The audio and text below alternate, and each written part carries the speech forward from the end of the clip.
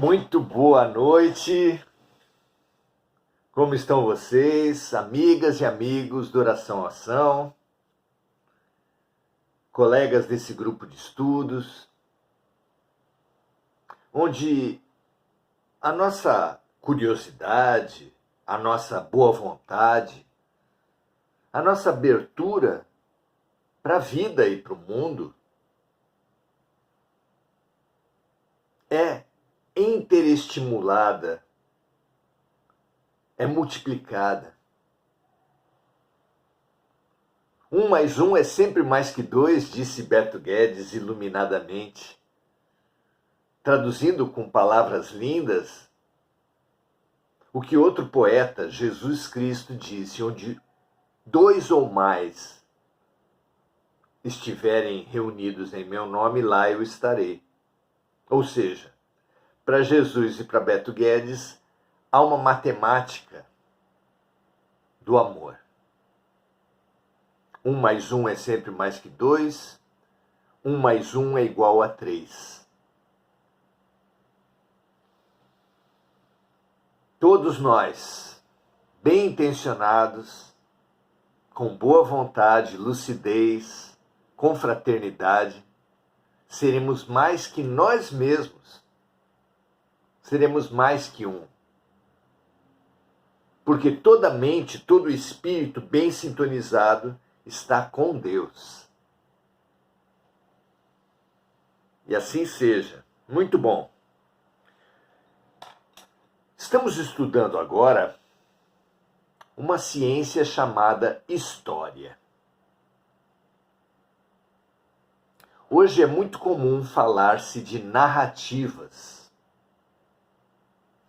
Aparece um fato qualquer, especialmente num campo marcado pela polarização, pela disputa ideológica, e as redes sociais fazem de tudo uma disputa ideológica.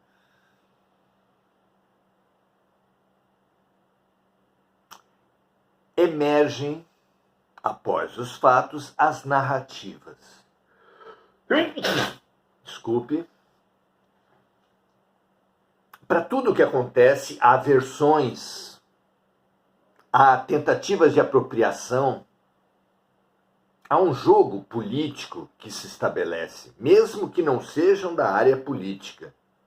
O jogo das narrativas é sempre um jogo político, mesmo que o tema seja esporte, cultura, religião. A política permeia tudo que existe, todas as relações, todos os ambientes. E a disputa ideológica, ela é tipicamente política. Hoje nós vamos conversar, hoje são perguntadas particularmente 2 questões sobre as narrativas, a deturpação das narrativas, sob 2 pontos de vista. Questiona-se as narrativas do ponto de vista dos falsos heróis, como ficam os espíritos dos falsos heróis após a morte. Como eles vivenciam, recebem as falsas homenagens, os títulos, os elogios imerecidos. Além disso, há a questão dos narradores, dos cronistas, dos historiadores,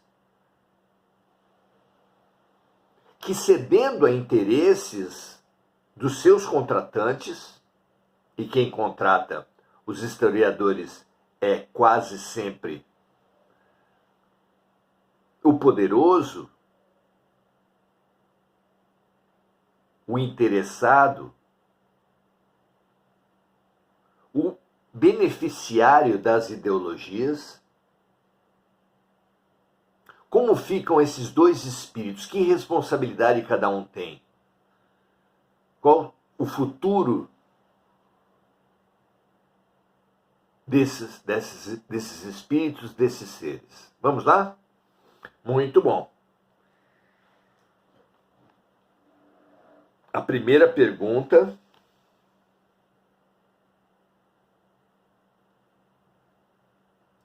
é a de número 82 e diz assim: os falsos julgamentos da história agravam as situações dos que se desprendem do mundo na qualidade de heróis sem que o sejam? Como ficam os falsos heróis depois da morte? Vamos ver o que Emmanuel diz?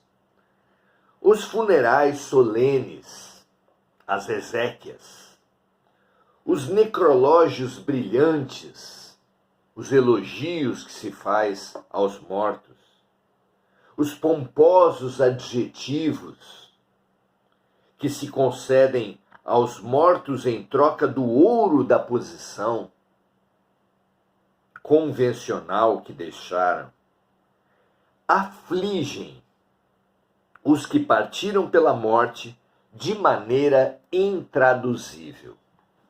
Vejam só o que diz um morto. Emmanuel. Morto aqui é sempre colocado entre aspas, porque está claro que ninguém morre de verdade.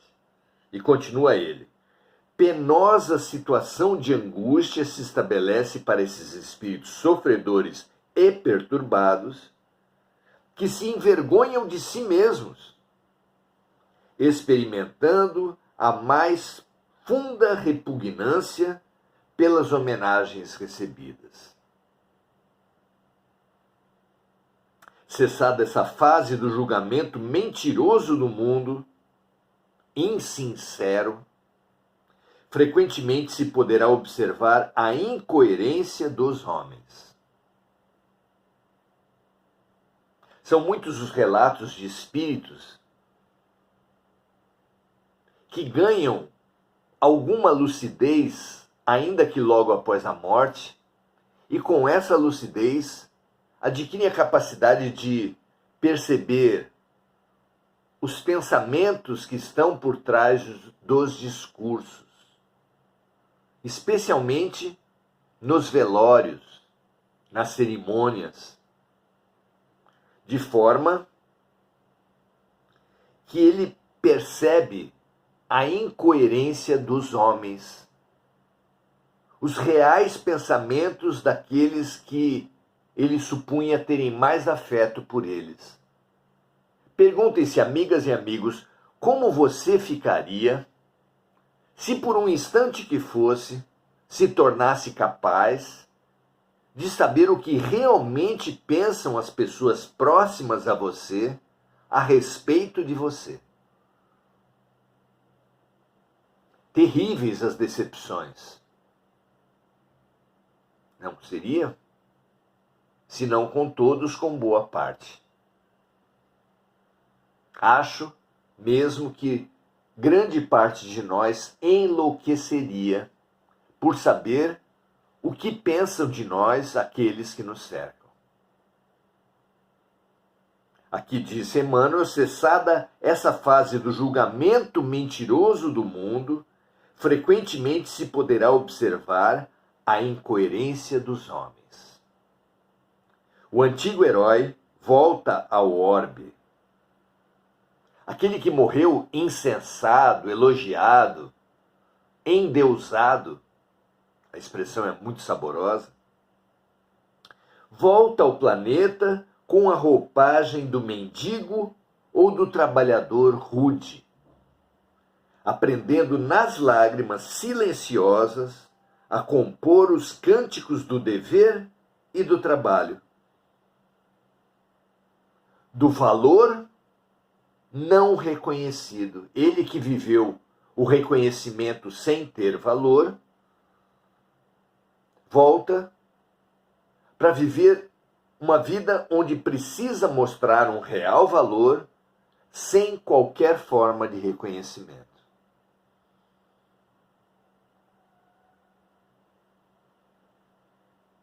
Aprendendo nas lágrimas silenciosas a compor os cânticos do dever e do trabalho santificantes.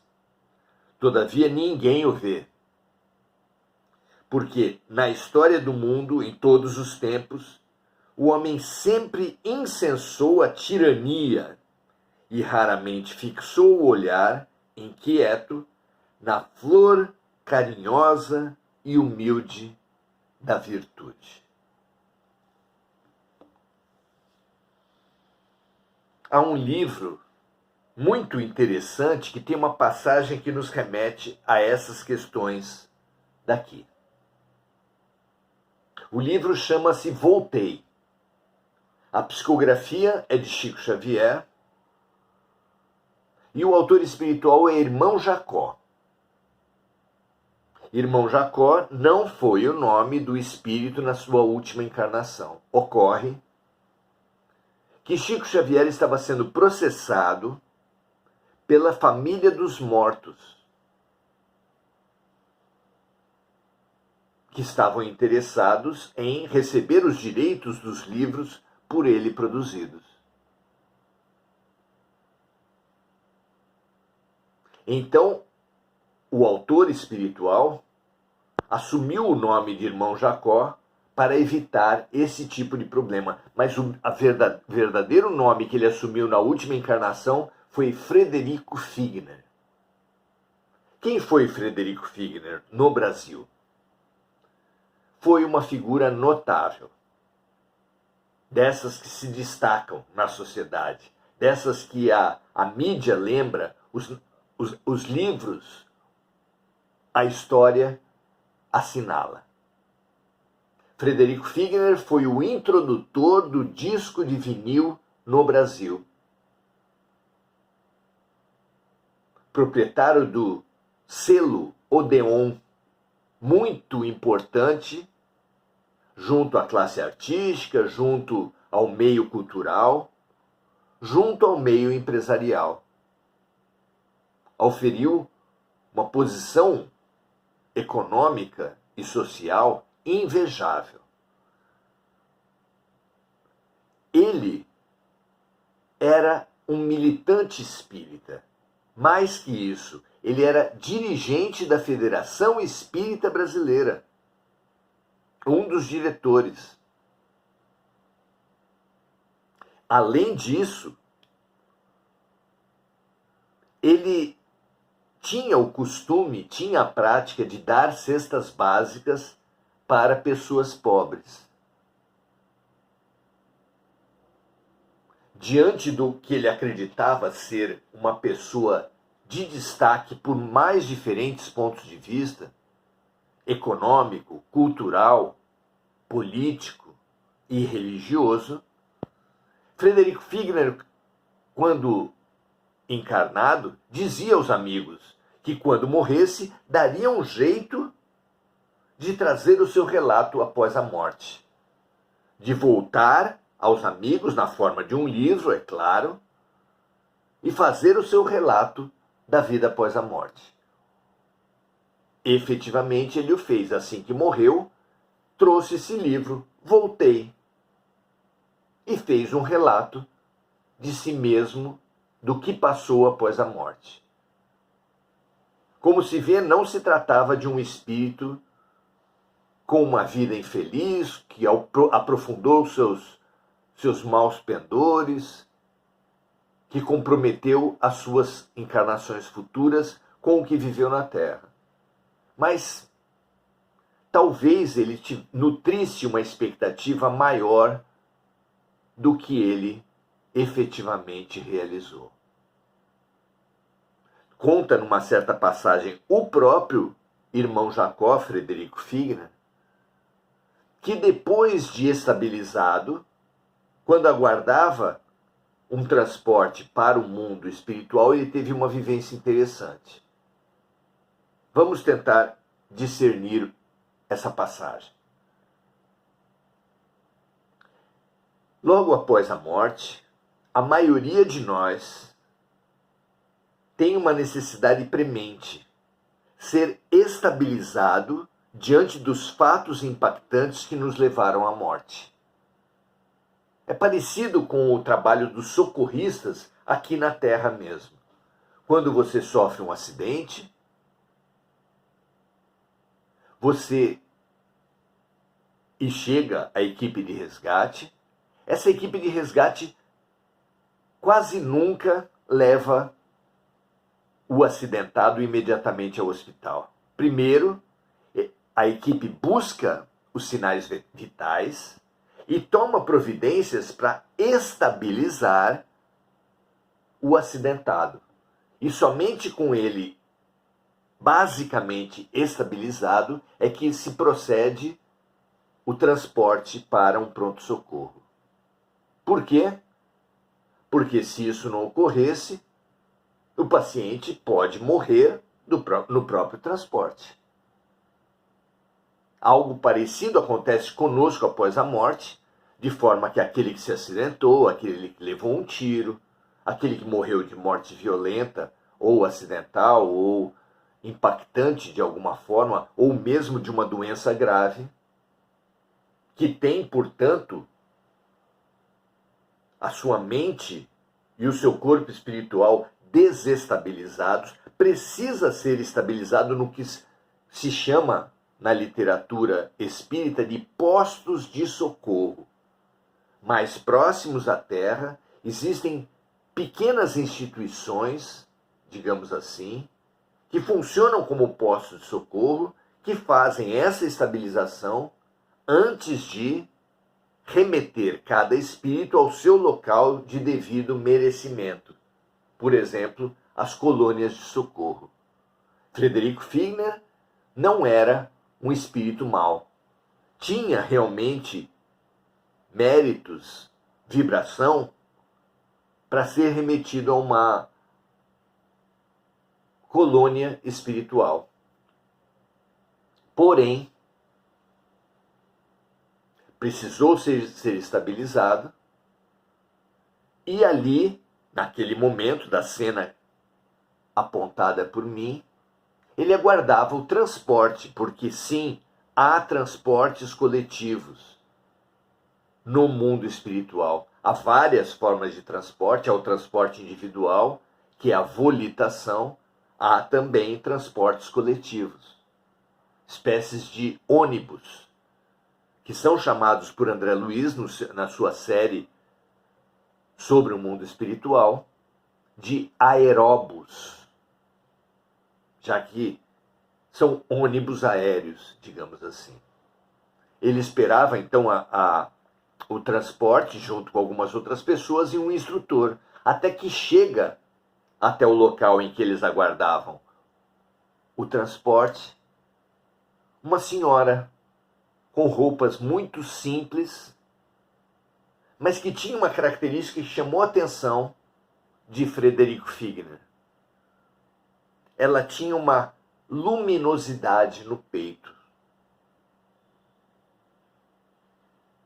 Aquilo chamou a atenção e Frederico identificou aquilo como um sinal de evolução, não de santidade, de ser um instrutor espiritual, angelitude, não, mas de uma elevação espiritual. Aquela luz significava, ele sabia disso. Imediatamente procurou nas pessoas à volta e em si mesmo e não encontrou a mesma luminosidade. Espantou-se então com a diferença. Imaginou, talvez, que aquela senhora fosse uma espécie de santa que ele desconhecia. E perguntou discretamente ao instrutor que santa era aquela que ele não estava reconhecendo. E o instrutor falou: santa nenhuma. Trata-se de uma professora de periferia, que nem vai dar nome, nem foi destacada ao seu tempo, não passou de professora, não vai dar nome à escola, não vai dar nome à rua, vai ficar apenas na memória dos seus alunos e da família dos seus alunos, já que ela fazia visitas às famílias, tirava do próprio bolso para dar auxílios para as famílias em piores condições, dava orientações, dava acolhimento para as dores das pessoas. E com isso desenvolveu uma encarnação onde conseguiu prestar serviços relevantes. Por isso, relevantes e amorosos. Por isso, a luz. Ali, Frederico deve ter pensado, se todo o bem que ele conseguiu promover, que era notável, o bem do desenvolvimento artístico, do desenvolvimento econômico,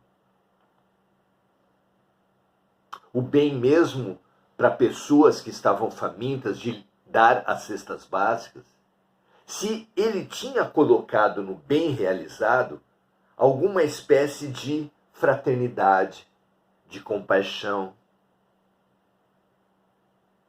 de empatia. E ali ele percebeu que sim, realizara algum bem, fora uma pessoa de algum progresso. Mas que entre ser de destaque e realizar ajudas para as pessoas com pouco envolvimento emocional e ser uma pessoa numa função humilde, sem destaque algum, em que se ajuda, embora poucas pessoas, mas com envolvimento emocional, com dedicação, com compaixão, com fraternidade, ali ele viu que a atitude com a qual se faz as coisas é mais importante do que as coisas em si. Que a hierarquia do mundo nem sempre corresponde à hierarquia espiritual. Nós sabemos o que é destacado na história. O quê? Os dirigentes políticos das nações, os generais e suas conquistas, os descobridores e suas descobertas, os cientistas, no máximo, e suas invenções.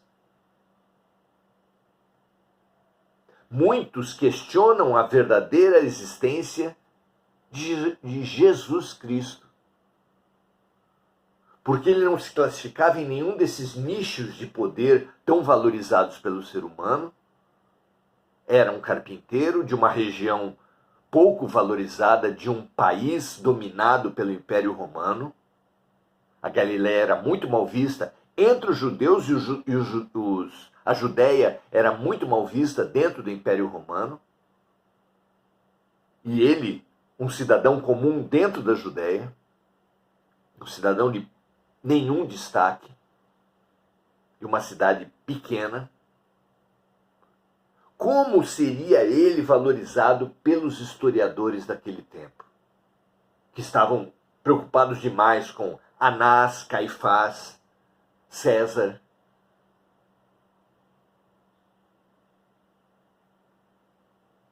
Exatamente aqueles mais sombrios,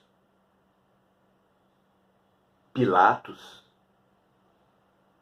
os mais sombrios do seu tempo foram os valorizados na história, tiveram seus nomes inscritos na história. Sempre tem. Os poderosos que cometem grandes equívocos, Gengis Khan, Adolf Hitler, Napoleão Bonaparte. Mesmo no Brasil, os líderes das Forças Armadas que participaram da parte do Brasil do massacre na Guerra do Paraguai, esses são conhecidos. Os escravos, os pretos velhos, que praticavam o bem, que curavam as pessoas, que faziam curas energéticas e de fitoterapia, o nome deles não está em nenhum livro da história. Porém, do ponto de vista espiritual, os pretos velhos são grandes orientadores de grande sabedoria e de grande elevação moral. Vocês percebem a diferença da hierarquia dos homens e da hierarquia espiritual?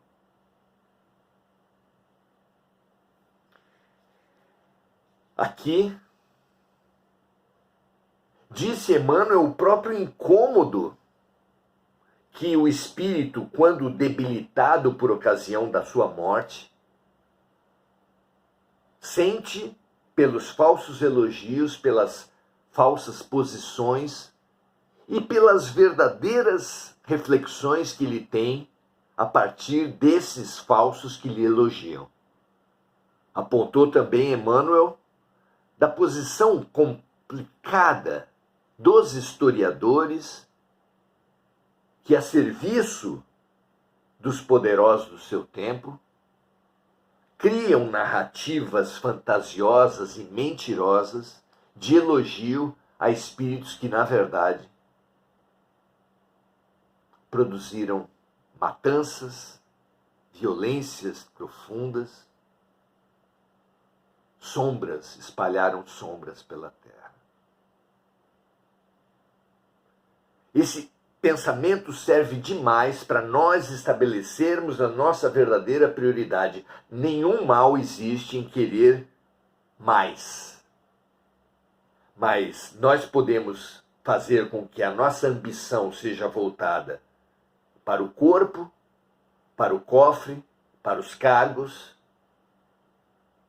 ou que a nossa ambição seja voltada para o crescimento em capacidade intelectual, em compaixão, pela capacidade de fazer ao outro o que gostaríamos que o outro nos fizesse.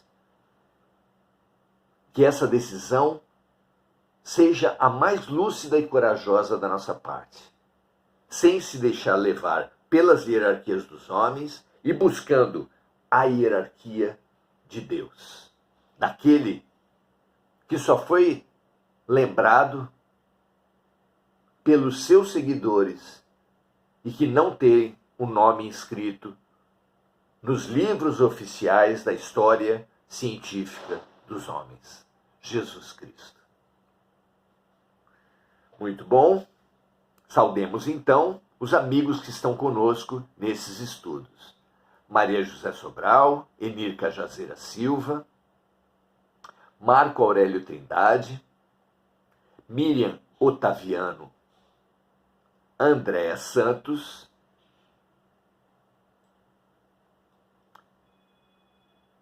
Simone Magalhães, Enir Cajazeira. Saudamos todos os amigos, retribuímos as saudações e estimulamos a todos a compartilharem esse momento, se entenderem que pode ajudar na reflexão de mais alguém,